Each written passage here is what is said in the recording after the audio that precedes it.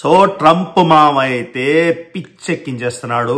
రోజుకొక ట్విస్ట్ తోని 145% టారిఫే ఎక్కువ అనుకుంటే దాన్ని 100% పెంచేసి 245% చైనా టారిఫ్. సో ఇది అంతం కాదు, ఇది ఆరంభమా, ఆరంభం కాదు ఇది అంతమా, మొత్తానికి అర్థం కావట్లేదు.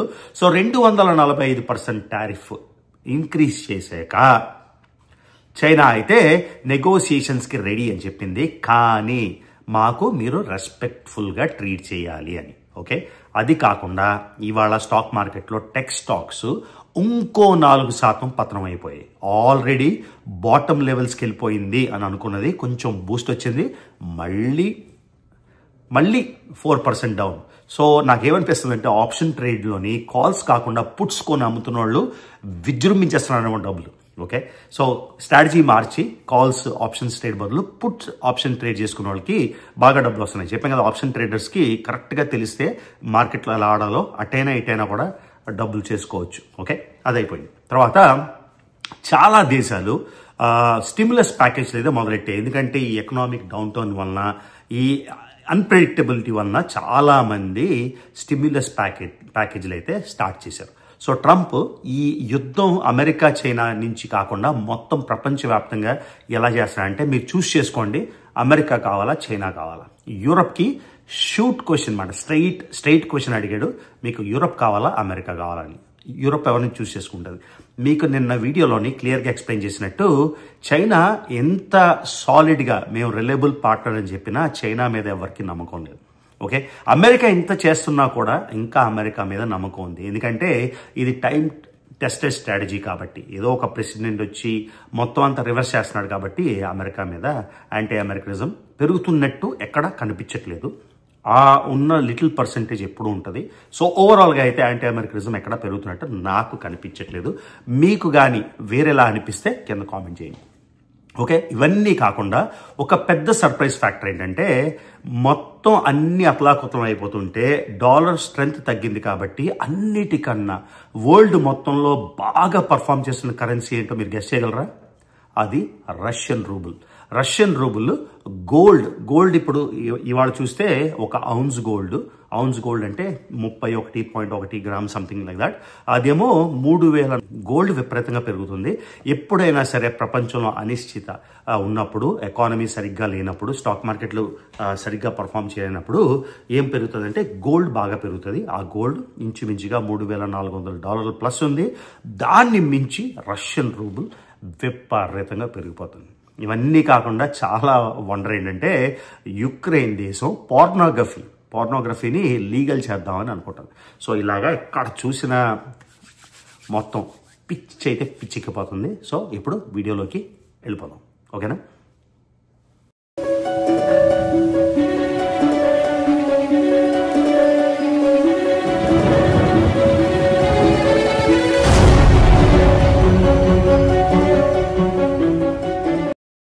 సో ఈ రెసిప్రోకల్ టారిఫ్స్ వలన ట్రంప్ చెప్పేది ఏంటంటే, అమెరికాకి రోజుకి $2 బిలియన్ వస్తుందని. $1 బిలియన్ అంటే 100 కోట్లు. ప్రతి దాంట్లో చెప్తాను, మళ్ళీ చెప్తున్నా, $2 బిలియన్ అంటే $200 కోట్ల అని. కానీ అమెరికా సిబిపి అంటే కస్టమ్స్ అండ్ బార్డర్ ప్రొటెక్షన్, అంటే సిబిపి అంటారు దీన్ని, బార్డర్ కంట్రోల్, వాళ్ళు చెప్తుంది ఏంటంటే రోజుకి $500 మిలియన్ మాత్రమే వస్తుందని.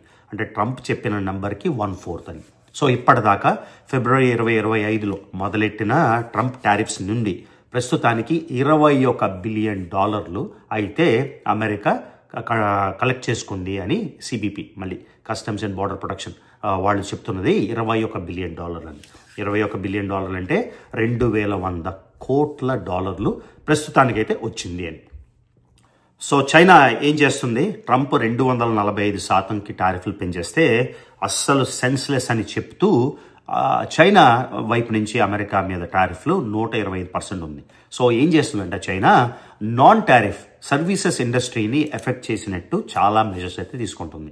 ఎలా అంటే అమెరికన్ టెక్నాలజీ, చైనాకి వేరే యూట్యూబ్ ఉంటుంది, చైనాకి వేరే వాట్సాప్ ఉంటుంది, మొత్తం అంతా చైనీస్ ప్రోడక్ట్సే వాడుతుంది, అమెరికన్ ప్రోడక్ట్స్ వాడదు. సో మనకి గూగుల్ మ్యాప్స్ ఎలా ఉంటాయి, ప్రపంచం అంతా వాడతాం, కానీ చైనా వెళ్తే వాళ్ళకి వేరే మ్యాప్స్ ఉంటాయి, వాళ్ళ వాట్సాప్ వేరే, యూట్యూబ్ కాకుండా వాళ్ళకి వేరే మీడియం అయితే ఉంటుంది. ఇలాగా ఇంకెక్కడైనా సరే అమెరికన్ టెక్నాలజీ యూజ్ చేసినట్టయితే చైనాలోని అదంతా కూడా కట్ చేసేయాలి అని. సో అమెరికన్ సర్వీస్ ఇండస్ట్రీకి ఎలాగైనా ఇబ్బంది పెట్టడానికి బీజింగ్ అయితే ట్రై చేస్తుంది. అంతేకాకుండా అన్నిటికన్నా పెద్ద దెబ్బ ఎక్కడంటే అమెరికాస్ మేజర్ ఎక్స్పోర్టర్, మీకు తెలుసు డిఫెన్స్, ఆర్మ్స్, ఇవన్నీ అమెరికా నెంబర్ 1. కానీ బోయింగ్ ఎయిర్ క్రాఫ్ట్స్ మీరు ఎక్కడైనా సరే ప్రపంచంలోని ఏ దేశంకి వెళ్ళినా 2 కంపెనీలు అయితే పక్కా కనిపిస్తాయి. ఒకటి బోయింగ్, ఒకటి ఎయిర్ బస్ ఏమో ఫ్రెంచ్ది, బోయింగ్ ఏమో అమెరికాది. సో మీరు ఈ క్వశ్చన్ అడగొచ్చు, అమెరికా ఇంత టారిఫ్లు పడుతుంది కాబట్టి ప్రపంచం అంతా కూడా బోయింగ్ ప్లేన్స్ కొనడం మానేసి ఎయిర్ బస్ కొనుక్కుంటే ఎలా ఉంటుందని. ఐడియా బాగానే ఉంది, కాకపోతే ఎయిర్ బస్ వాళ్ళు అంత ప్రొడ్యూస్ చేసే కెపాసిటీ ఆల్రెడీ మ్యాక్సిమం కెపాసిటీ ఉంది. బోయింగ్ కానీ ఎయిర్ బస్ కానీ కొన్ని సంవత్సరాల వెయిట్ లిస్ట్ అయితే ఉంటుంది. సో కరెక్ట్గా బోయింగ్ మానేసి ఎయిర్ బస్లు ఎక్కడి నుంచి కొనేస్తారు, అవ్వదు. సో చైనా ఏం చెప్పిందంటే ప్రజెంట్ వాళ్ళ ఏవియేషన్ ఇండస్ట్రీ, చైనాలోని aviation industry one of the top growing industry మాట. ఓకే, సో ఇంతకుముందు మీరు ఒక 20-30 ఏళ్ళు బ్యాక్ వెళ్తే వైజాగ్కి ముంబై నుంచి రోజుకు ఒక ప్లేన్ ఉండేది అంతే. ఇప్పుడు వైజాగ్కి ఎన్ని ప్లేన్లు. ఇలాగా ఇండియన్ ఇండస్ట్రీ ఎలాగ విపరీతంగా ఏవియేషన్లో గ్రో అవుతుందో అలా చైనా ఏవియేషన్ ఇండస్ట్రీ కూడా విపరీతంగా గ్రో అవుతుంది. సో వాళ్ళైతే కొత్త మెజర్ ఏం తీసుకున్నారంటే బోయింగ్ ప్లేన్స్ కట్ చేసేయాలని. సో నెక్స్ట్ క్వశ్చన్ ఏంటంటే బోయింగ్ ప్లేన్స్ కట్ చేసేస్తే అమెరికాకి క్యాష్ ఏదో స్ట్రాప్ అయిపోతుంది అని. కానీ వాళ్ళు ఏం ప్లేన్స్ వాడతారు ఇప్పుడు? ఎయిర్ బస్ అయితే రెడీగా ఆ వెయిట్ లిస్ట్ దాటేసి వాళ్ళు కొత్త ప్లేన్స్ ఇవ్వలేదు. సో వాళ్ళ ఏవియేషన్ కూడా కట్ చేయాల్సి వస్తుంది ప్లేన్స్ తీసుకోపోతే. సో ఈ టారిఫ్ వల్ల మళ్ళీ మీకు నిన్న చెప్పినట్టు ఒకళ్ళకే ప్రాబ్లం వస్తుంది అని అనుకుంటే చాలా పొరపడ్డారు, అందరికీ పెద్ద ప్రాబ్లం. సో చైనా ఏంటంటే ఈ 245% చాలా రెడిక్యులస్ అని చెప్తూ అమెరికన్ సర్వీస్ ఇండస్ట్రీని ఎలా ఎఫెక్ట్ చేయాలి అని ఆలోచన అయితే చేస్తుంది.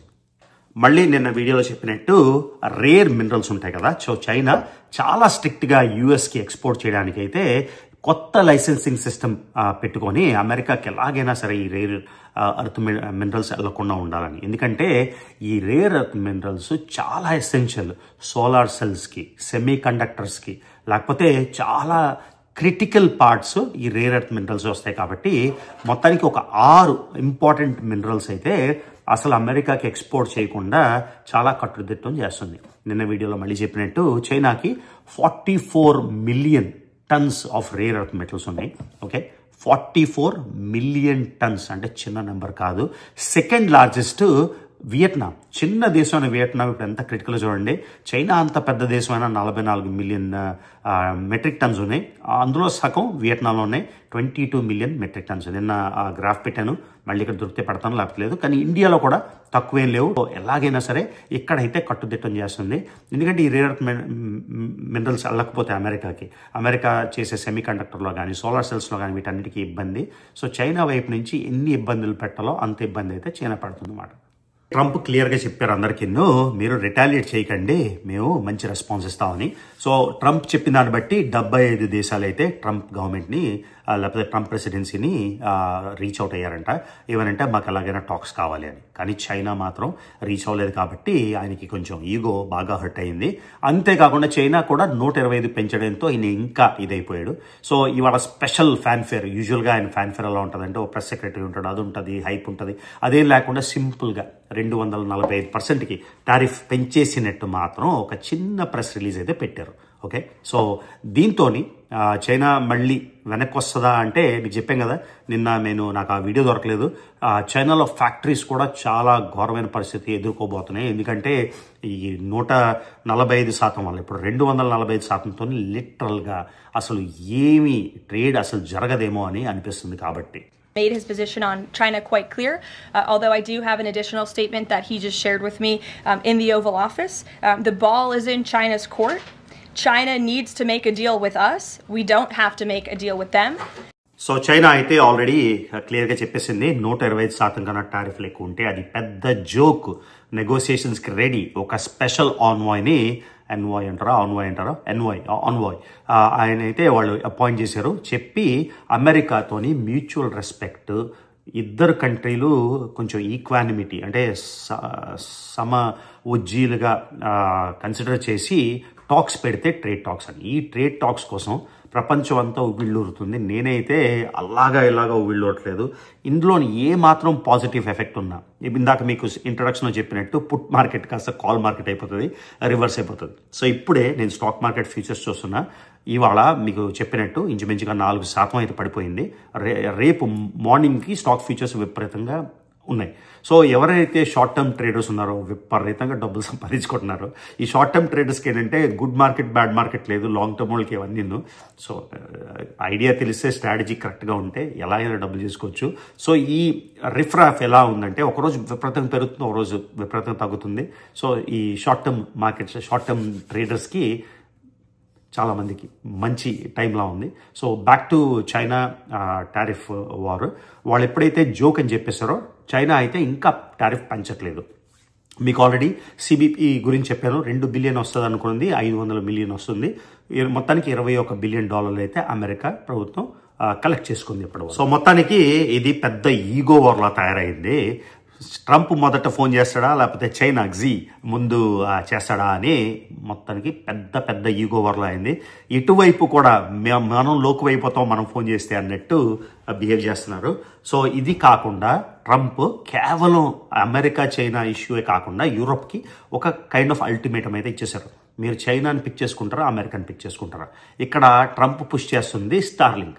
మన ఎలాన్ మస్క్ టెక్నాలజీ స్టార్లింక్ని పుష్ చేస్తున్నాడు. కానీ చాలామందికి ఎలాన్ మస్క్ యూరోప్లోని ఆయన ఇంటర్ఫిరెన్స్, ఆయనేమో కొంచెం అన్ఎలెక్టెడ్ ప్రెసిడెంట్లా బిహేవ్ చేయడం, అంతేకాకుండా ట్రంప్ టారిఫ్స్ వల్ల ఎవరైతే యూరోప్ బాగా నొచ్చుకుందో వాళ్ళు స్టార్లింక్ గురించి రెండోసారి థింక్ చేస్తున్నారు. సో ట్రంప్ దానికి ఆన్సర్ ఏంటంటే, స్టార్లింక్ తీసుకుంటావా అమెరికన్ టెక్నాలజీ, లేకపోతే కమ్యూనిస్ట్ పార్టీ టెక్నాలజీ మీకు కావాలా, ఏది మోర్ రిలయబుల్, మీరు అటా ఇటా చూసుకోండి అని చాలాసార్లు చెప్పినట్టు. చైనా ఎంత రిలయబుల్ పార్ట్నర్లా వ్యవహరించినా, ఎంత రెస్పాన్సిబుల్గా వ్యవహరించినా చైనాని నమ్మేవాళ్ళు ఎక్కువ మంది లేరు. మళ్ళీ ఇవాళ ఇంట్రడక్షన్లో చెప్పినట్టు అమెరికా ఎంత చేస్తున్నా కూడా అమెరికా మీదే రిలయబిలిటీ చాలా మందికి ఉంది చైనా కన్నా. చైనాని నమ్మేవాళ్ళు ఎవ్వరూ లేరు. ఎవరైనా చైనా నమ్మితే, నా దృక్పథంలో కూడా, నా ఉద్దేశంలో కూడా చైనాని నమ్మితే సంకనాకి పోవాల్సిందని నా ఒపీనియన్. వేరే వాళ్ళ ఒపీనియన్ వేరేగా ఉండొచ్చు. సో ఇప్పుడు ఈ ప్రెషర్ యూరోప్ మీద పెడుతున్నారు, స్టార్లింకా లేకపోతే చైనీస్ టెక్నాలజీ అని. సో ఒక లెవెల్ ముందుకైతే వెళ్తుంది. ఎలాగైనా సరే చైనాని అన్ని వైపుల నుంచి ఐసోలేట్ చేయాలని ట్రంప్ అయితే ట్రై చేస్తున్నారు. అది సక్సెస్ఫుల్ అవుతుందా లేదా అన్నది ఓన్లీ టైం ఆన్సర్ చేస్తుంది. చైనా అయితే వాళ్ళకి పోయేదే ఉంది అని ఈ టైంలో ఇది క్యాష్ చేసుకోవడానికి ట్రై చేస్తుంది. వాళ్ళ కమ్యూనిస్ట్ మౌత్ పీస్ అయితే అమెరికా చాలా సుఖంగా ఎన్ని రోజులు బతికేసింది, వాళ్ళు ఎక్కువ కన్జ్యూమ్ చేస్తారు, తక్కువ ప్రొడ్యూస్ చేస్తారని. నా ఉద్దేశంలో తక్కువ ప్రొడ్యూస్ చేస్తే కన్జంప్షన్ ఎక్కువ ఉంది, ఓకే, కొనుక్కుంటున్నారు కదా, ఫ్రీగా ఎవడేమి ఇచ్చేయట్లేదు. సో చైనా అన్ని రకాల రెటరిక్లు ట్రై చేస్తుంది. ఏమంటారంటే America consumes more than it produces, but who cares man, if you have the money, మీకు డబ్బులు మీకు డబ్బులు మీన్స్ ఉంటే ఏమి ప్రొడ్యూస్ చేయగలరు, కూర్చొని కన్జ్యూమ్ చేయొచ్చు, అందులో తప్పే ఉంది. సో చైనా ఏమో ఒక ఈగో అనుష్క నాకు అంటది ఈగోటిస్టికల్ అని, డోంట్ బి ఈగోటిస్టికల్ అని. అలా ఈగోయిస్టిక్ వార్ అయితే మొత్తానికి ట్రంప్ చేస్తుంది. ట్రంప్ వర్బ్గా వాడుతున్నా, ట్రంప్ చేస్తుంది అని. ట్రంప్ ఏమో మన ప్రెసిడెంట్ పేరు, అమెరికన్ ప్రెసిడెంట్ పేరు, నన్ను నేను వర్బ్గా వాడుతున్నా, ట్రంప్ చేస్తుంది అని. సో షీ జిన్పింగ్ ఏమో ఈ వార్ ఒక రకాలు కాకుండా 2 రకాలు ఏం చేస్తున్నాడంటే, ఆయన ప్రస్తుతం సౌత్ ఈస్ట్ ఏషియాలో నిన్న వీడియో చెప్పినట్టు టూర్ చేస్తున్నాడు. వియట్నాం అయిపోయింది, మలేషియా, నెక్స్ట్ కంబోడియా. ఇవన్నీ ఎలా, అన్నిటికీ కామనాలిటీ ఏంటంటే ఇవి చైనా స్ఫీర్ ఆఫ్ ఇన్ఫ్లుయెన్స్లో ఉంది, ఎందుకంటే చైనాకి దగ్గరలో ఉన్నాయి కాబట్టి. అంతేకాకుండా ఈ దేశాలన్నిటికీ కూడా ట్రంప్ టారిఫ్స్ విపరీతంగా ఉన్నాయి. రెసిప్రోకల్ టారిఫ్స్ మీకు తెలిసిందే కదా. సో వాళ్ళు ఎంత ఛార్జ్ చేస్తారో దానిలో 50% ఆయన ఛార్జ్ చేస్తున్నాడు కాబట్టి కంబోడియా, వియట్నాం ఇవి కూడా 80-90s ఉన్నాయి. వీటన్నిటిని దగ్గర పట్టుకొని మీరు ఒకటే అన్నట్టు సెక్యూర్ చేయడానికి ట్రై చేస్తున్నాడు. ఒకటి అమెరికాకి ఎదురుగా ధీటుగా నిల్చున్న ఒకే ఒక వారియర్గా, మిగతా వాళ్ళందరూ డైరెక్ట్గానో ఇండైరెక్ట్గానో ఫోల్డ్ అయిపోతున్నారు. అది మంచిదా చెడ్డదా అన్నది నేషనల్ ఇంట్రెస్ట్ పైన డిపెండ్ అయి ఉంటుంది. సో చైనా లాగే మోదీ గారు కూడా ఆయన పోరాడితే ఏం జరిగేది, దానివల్ల గుడ్డా బ్యాడా 2 వైపులా మాట్లాడచ్చు. కాకపోతే ప్రస్తుతానికి అయితే షీ జిన్పింగ్ అయితే, చైనా ప్రీమియర్ అయితే ఆయన ఒక్కడే తల వంచని వారియర్లా ట్రై చేస్తూ మొత్తం వాళ్ళ ట్రేడ్, వాళ్ళ కంట్రీ స్పీర్ ఆఫ్ ఇన్ఫ్లుయెన్స్ పెంచుకోవడానికి, ఎగ్జాంపుల్ వియట్నాం, కంబోడియా ఇవన్నీ కలిసి వెళ్తామని. సో మీకు ఇందాక చెప్పినట్టు చైనా దగ్గర 44 million metric tons rare earth minerals ఉన్నాయి. వియట్నాం దగ్గర 22, 44 + 22 66.